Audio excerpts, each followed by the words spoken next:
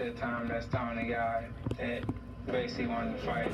Broadway Center here in Brooklyn, the time has come for the bout you've all been waiting for. Me and Lamont had history back when I was an amateur. At the end of the day, boxing is business. Put our friendship to the side and basically fought. It was a very interesting fight, a great challenge. They were very familiar because they had been in the ring together, sparring and working together. So I think that Lamont knew Errol's tenacity and how hard he worked. But at the same time, Errol looked up to him, I believe, at one point as like a big older brother.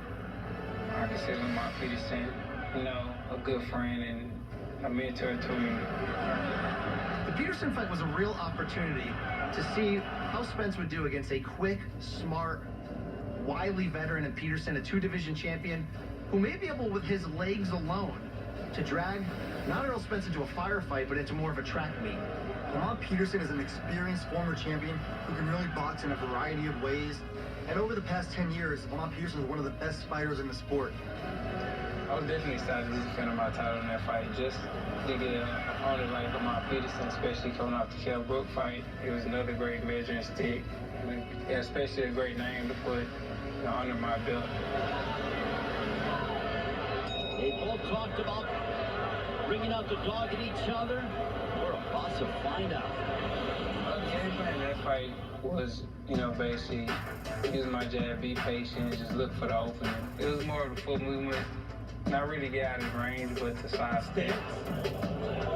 I worked off my jab, set all my punches up, and basically, broke them down like I do a lot of my opponents. Because I knew I had the long reach, and I knew that Lamont thought that I was showing Challenge coming on the inside and just fight an inside fight. So I think it surprised Lamont a lot that I was using my jab and I was staying on the outside and picking them off from the outside instead of just going in and inside and just roughing them up and trying to go for the knockout.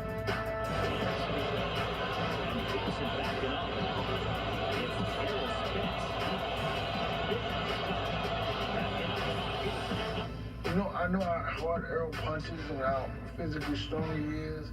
Once I saw that Lamont, really couldn't get anything off, that's when I realized I was kind of, waiting for him to stop the fight.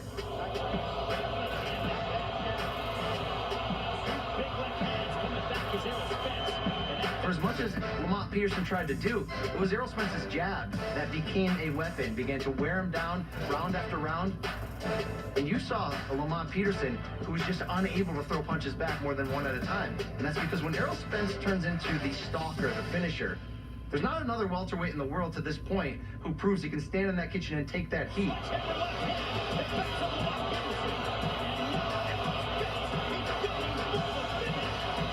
Errol Spence Jr., once again, he ran roughshod over an opponent.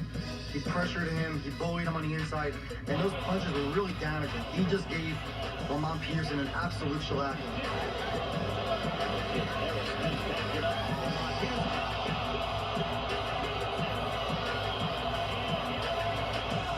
In the fifth round, I knocked it down. I had caught him with an uppercut, and then I came over the top and with a left hook tie on the side, top of the head. I think it knocked out for the equilibrium a little bit. And at that point, you really realized that it was about accumulation of punches, and he mixed up his attack, and he varied his attack, and that's where I think he got him at. You were waiting for one big punch, one big moment there to show you how long can Peterson last? Can he adjust and show you a plan B and a plan C? But in that fifth round, when Spence was able to really put his punches together and land the big one, you knew in that moment that fight was over. You're never going to question the heart of Lamont Peterson. You know he's always going to be willing to come back. But you even saw in his body language and in his face, this was different kind of power at welterweight. And when you mix power with that type of accuracy and somebody who can set it up like that, it wasn't going to be long before the towel was going to be thrown, but Lamont Peterson wasn't going to be able to take any more. I told him that they don't want to stop the fight, we're going to make them stop the fight. So I mean, go get him. So go get him, go get him.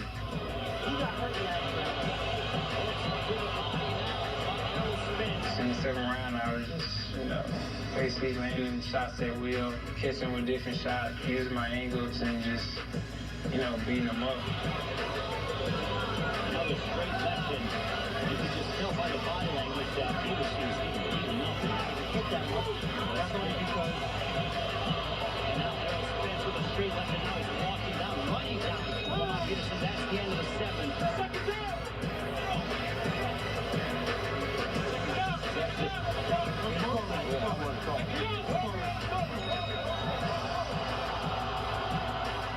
think still, mentally he wasn't broken, but, you know, physically he was just, you know, getting punished. And I think his coach, Coach Barry Hunter, you know, decided to stop the fight. And the fight is over. Errol Spence Jr. off Lamont Peterson. And you can see At that the was end a of the seventh. tough decision for Barry Hunter. He wanted him out there, but too much about the capacity for the young man. But Errol Spence kept dishing out punishment and made it so that the fight was going to be over sooner than later. The fight really could have been stopped a couple of rounds earlier. He was giving him a frightful beating. Lamont Peterson went as far as he could on this night ultimately, but there was nothing left to gain at that point. Spence had built such a lead and really had established from the start that he's not just a better fighter, he's a considerably better fighter. And that's the scary part about Errol Spence. Errol Spence Jr. was expected to walk over Lamont Peterson, but he still delivered and did so easier probably than anyone expected. The truth, Errol Spence Jr. I was able to dictate that and able to break him down, you know, physically, and was just able to beat him up and then able to knock him out without even taking too much punishment and getting hit that much at all. It definitely felt great.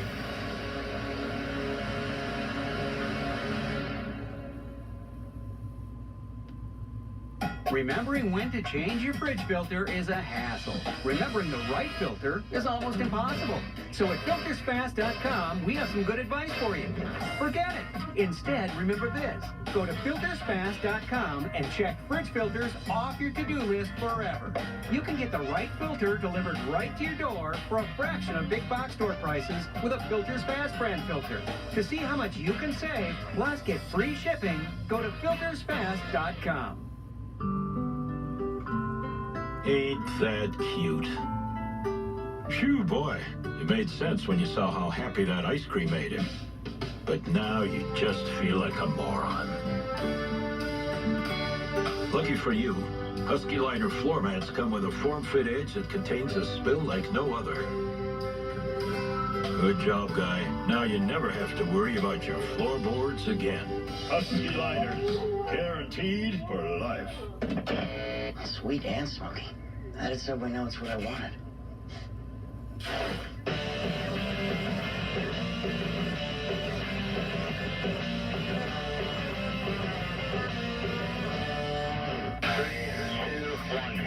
Welcome to our NASCAR race hub. From the green flag at Daytona to the checkers at Homestead. In the car, under the hood, and hanging with the drivers. Love fest here. Gordon, Harvick, Canal, and of course the champ.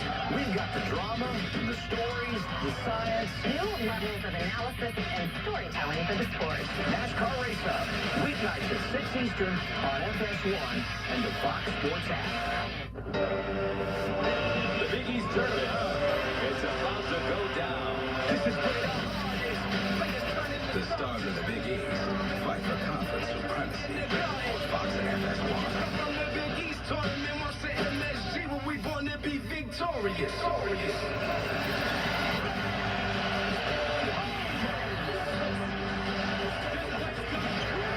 2019 Big East tournament, March 13 through 16 on Fox and FS1.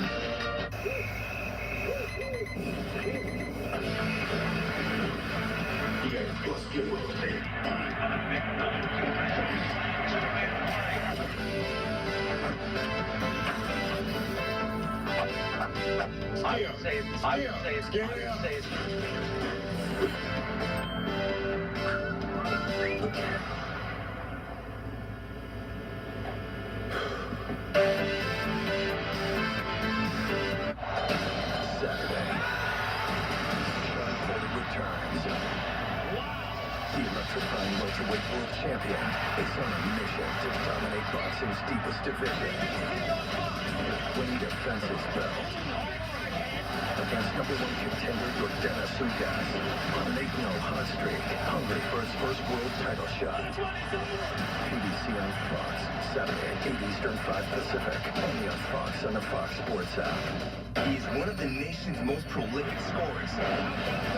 Now, Player of the Year candidate Marcus Howard leads Marquette against Seton Hall. A Big Keys basketball doubleheader, Wednesday beginning at 6:30 Eastern on FS1. Back in Riverside, California, Mikey Garcia partakes in strength and conditioning for a very specific purpose. Go. Let the band pull you. Sit back on it. My role is to get him ready to go up in weight and be prepared for the things that Errol Spence is going to bring, and to bring out the best in Mike as far as the skills they already possess. Right there, hunt. There you go. Stay in that hunting position. We're moving up in weight, so we got to be able to hold our own. But we don't want to lose the speed. We don't want to lose our explosiveness. And Errol understands what a boxer needs, what I need. He knows me. He's worked with me in the past. There you go. That can mean something. We got the fight, but now we got to get in shape for this type of fight. And that's why we're including this type of training. That's why we're pushing myself to these extremes. But everything complements my boxing style and what I'm going to do on fight night. We're going to be fast. We're going to be explosive. We're going to be sharp. But we're also going to be a little stronger. There's a lot of muscle that people think that he's going to need to carry it to this weight, but not so. The most important part is converting that muscle into active strength and power and speed. As your muscles get bigger, we have to get the tendons ready to respond to the bigger muscle. So the active, explosive movement converts to speed and power. Everything quick and fast. There you go. I want to use my speed. I want to use my intelligence, my footwork to overcome the size advantage that Errol has. Put this contrast in there. Why are you tired? Mikey Garcia's opponent on March 16th will certainly be the bigger man. But being the smaller man in the ring has never stopped Garcia. His last fight in July of 2018 showcased Garcia's skill against a taller, bigger opponent. For his part, Mikey enjoyed a nice hometown advantage. It was really nice to be able to fight here in Southern California, here in LA. I had seen Easter, several occasions.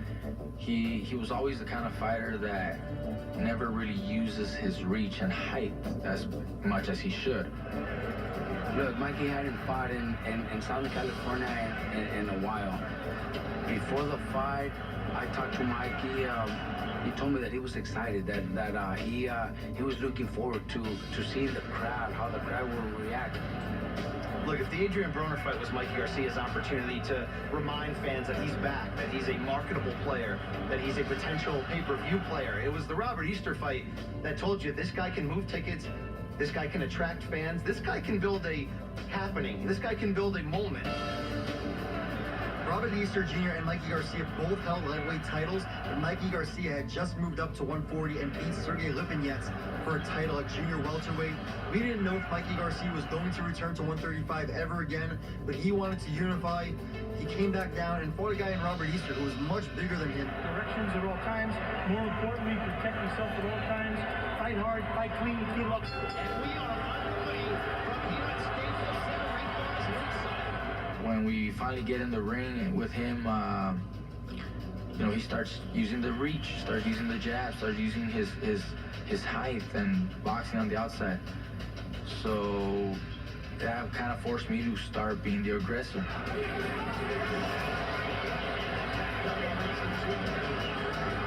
That 1-2 is probably Mikey's best combination, and when he throws it and lands it, that just is the beginning of maybe the fight getting close to an end, or just dominating it if it goes the distance.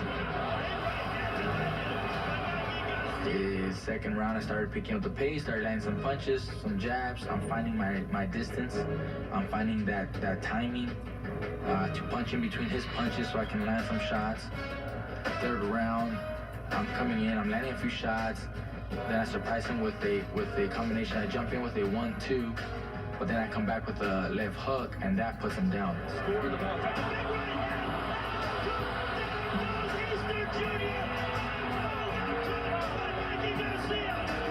It was Mikey picking his punches little by little, landed a good hook where Easter went down. Easter was a tough kid. He was very, very well prepared. Came to win. It's rare in boxing to see a fighter as crafty as Mikey Garcia, as a technician, to also have fight-changing power. And when he landed that punch against Easter, it's incredible what that does to your opponent's will. They have a game plan coming in, they feel like they can box with you for a couple of rounds, and then Mikey Garcia lands that big shot and reminds you, I'm a puncher, I'm a finisher.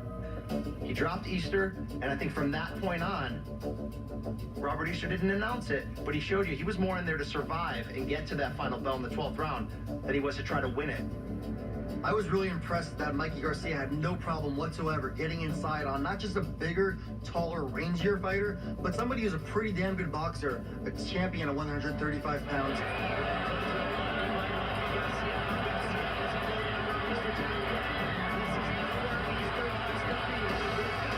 I jump in with the jab. He thinks or expects it's gonna be a right hand behind the jab, but this time it's a right uppercut. So as he's, bending forward or ducking down, expecting the overhand right, I catch him with a right uppercut, and I do that a couple times, and so I'm figuring out what's working and what's not, and I'm making these adjustments.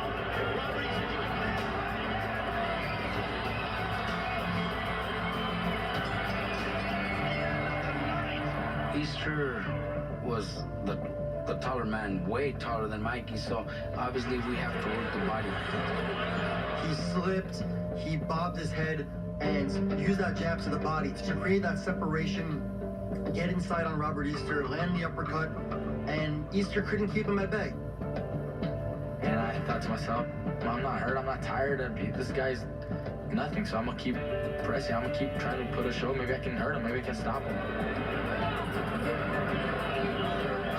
I'm still trying to dominate even more, and I do, and we come out, with another title that night.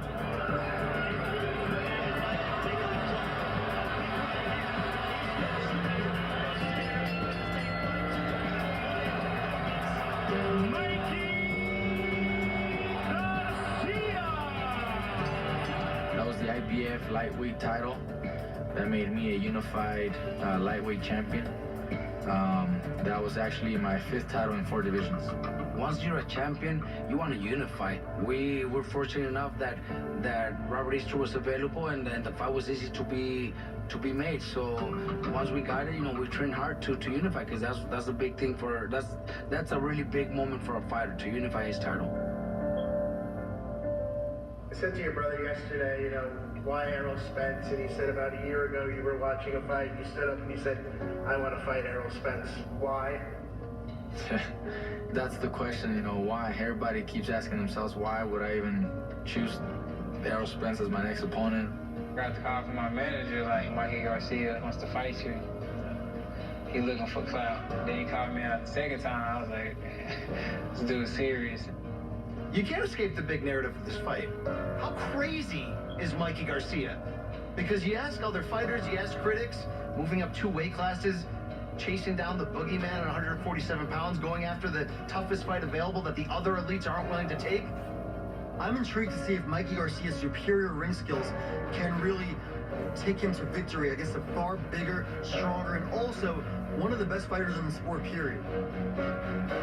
They started building him up as this big monster, welterweight, champion who others are fearing, who others are avoiding, and I just didn't see that. He's daring to be great, and you don't see that too often in today's era in boxing. I don't think he ever fought a fight like me before, even just the physical size or the skill sets or even our fighting styles and fighting abilities are different. By winning this fight, it's gonna leave no doubt in people's mind that I'm the best right now. There's no one better than me. Not many are taking the challenges that I am. No one else is taking the fights that I am. And that has to be the scary part for Errol Spence Jr. Mike Garcia has nothing to lose in this fight other than his unbeaten record. And to be willing to put that on the line, knowing the danger in front of him, is enough of a dramatic narrative to keep you focused. And I know I have everything that I need to win this fight, so... My career been going better than I even imagined, and I just can't wait for March 16th to put on another great performance, another great showing. There's no denying that I am a champion. He's a champion. He wants to defend his title. He doesn't want to let go of that. These are the fights that people dream of having, and we're giving it to them. Eventually, this is going to turn into a fight. We're going to find out who wants it more. And in boxing, when there's this much at stake, and there's this much hunger involved, it doesn't get any better than this. This is why we fell in love with the sport, for fights like this.